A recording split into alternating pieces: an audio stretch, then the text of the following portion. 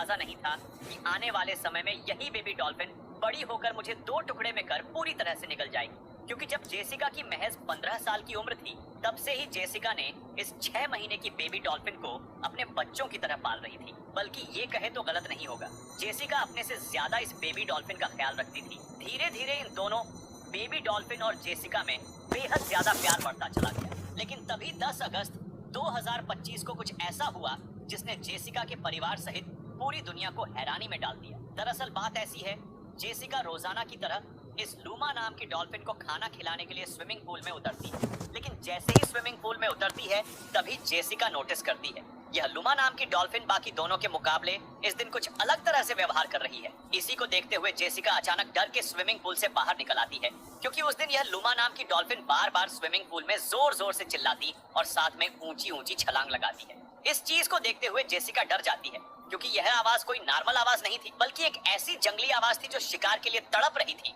लेकिन तभी 2 घंटे इंतजार करने के बाद जैसी ही जेसिका दोबारा स्विमिंग पूल में उतरी, तभी यह लामा नाम की डॉल्फिन अपनी मालकिन जेसिका को अपने कड़े जबड़े में दबाकर स्विमिंग पूल की गहराई में पहुंच जाती है। और अब यह बेचारी जेसिका केवल चिल्लाती ही रह जाती है, और जेसिका की आवाज डॉल्फिन की जंगली आवाज के सामने दब जाती है। और वहीं आसपास खड़े लोग इस चीज को केवल वीडियो के अंदर रिकॉर्ड करते हुए रह जाते हैं। और अब किसी की जरा से भी हिम्मत नहीं हुई कोई दोबारा स्विमिंग पूल में उतारकर जेसिका की खबर ले सके और जान बचा सके। और पूरे 2 घंटे बीत जाने के बाद अचानक यह लामा नाम की डॉल्फिन स्विमिंग पूल की सतह पर तैरती हुई ने अपनी मालकिन को ही पूरे 10 साल बाद अपना शिकार बनाकर इस बात को साबित कर दिया। जंगली जानवर हद से ज्यादा लगाव यानी वफादारी इंसान की बेवकूफी होती है।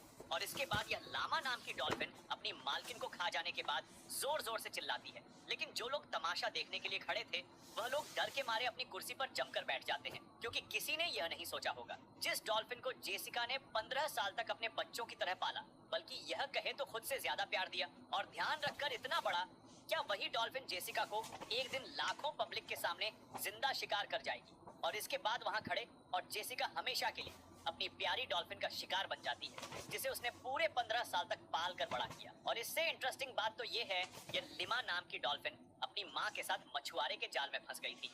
लेकिन जेसिका इसकी माँ को तो नहीं बचा पाई, लेकिन इस बेबी डॉल्फिन को बचाने में कामयाब हो गई। और इस जेसिका ने इस लुमा नाम की डॉल्फिन से खूब पैसा कमाया, लोगों को तमाशा दिखाकर। लेकिन आखिर में जेसिका यह भूल बैठी थी कि डॉल्फिन एक समुद्री जानवर है जिसका कभी कोई भरोसा नहीं होता। कभी कभी तो जेसिका यह भी कहा करती थी अपनी मम्मी से कि मैं अगर शादी नहीं कर पाई तो इसी लुमा नाम की बेबी डॉल्फिन को अपना लाइफ पार्टनर बना लूंगी। और इस तरह से यह जेसिका अपनी फेवरेट डॉल्फिन का शिकार बन जाती है। शिकार बन जाने के 2 घंटे बाद पूरे स्विमिंग पूल को खाली किया गया और बड़ी मशक्कत के बाद डॉल्फिन को पकड़ा गया, जिस वजह से यह डॉल्फिन अचानक पालतू से खूंखार बन जाती है। और कुछ लोग यह भी बताते हैं इस डॉल्फिन ने अपने से सभी छोटी डॉल्फिन को पहले से ही शिकार बना लिया था। यह 100 फुट के स्विमिंग पूल में केवल अकेली, क्योंकि जब इसकी मालकिन ही नहीं रही तो अब यह डॉल्फिन क्या करेगी, इसने अपने मालिक को ही नहीं छोड़ा, तो दूसरे लोग इस डॉल्फिन का किस तरह से ध्यान रखेंगे। इस वजह से वहां के डॉल्फिन शो में काम करने वालों लोगों ने यह डिसीजन लिया इस जंगली डॉल्फिन को वापस समुद्र में छोड़ दिया जाए, क्योंकि इस तरह की डॉल्फिन बाकी डॉल्फिन को भी खूंखार बना देती है, यानी कि इंसानी मांस का आदी कर देती है। लेकिन इस कहानी ने इंसानों और जानवरों के बीच बने प्यार में एक दरार डालता रही है कि जंगली जानवर हो या फिर पालतू जानवर हो, इन जान ही होता कब यह इंसानों के साथ क्या कर दे। जेसिका रैडक्लिफ की चीखें अब बस एक फटी हुई हवा में, लेकिन पूल के किनारे खड़े लोग मानो किसी हिप्नोसिस में बंधे थे। कोई कूद कर बचाने नहीं आया। सबकी आंखों में एक अजीब सी सनक, उसमें कोई अनजाना साया फैल रहा हो। लेकिन डॉल्फिन की हरकतों में एक अजीब ठंडापन था।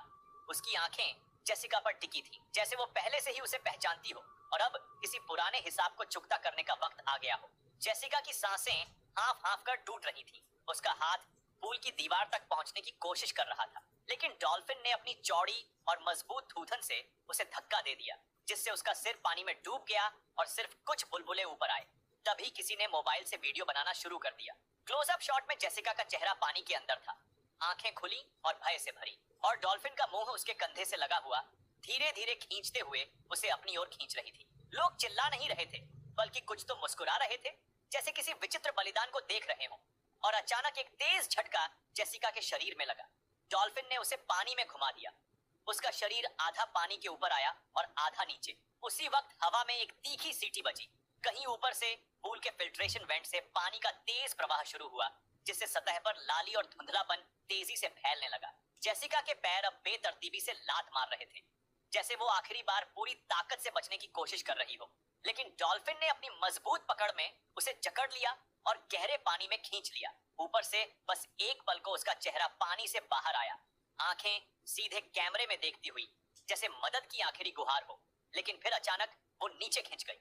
कुछ सेकंड बाद सतह पर बस एक तैरती हुई काली ड्रेस दिखी, जिस पर लालिमा की परत फैल रही थी, और डॉल्फिन एक धीमे गोल चक्कर लगाते हुए वापस सतह पर आई। उसके थूथन से गहरे रंग की बूंदें टपक रही थीं।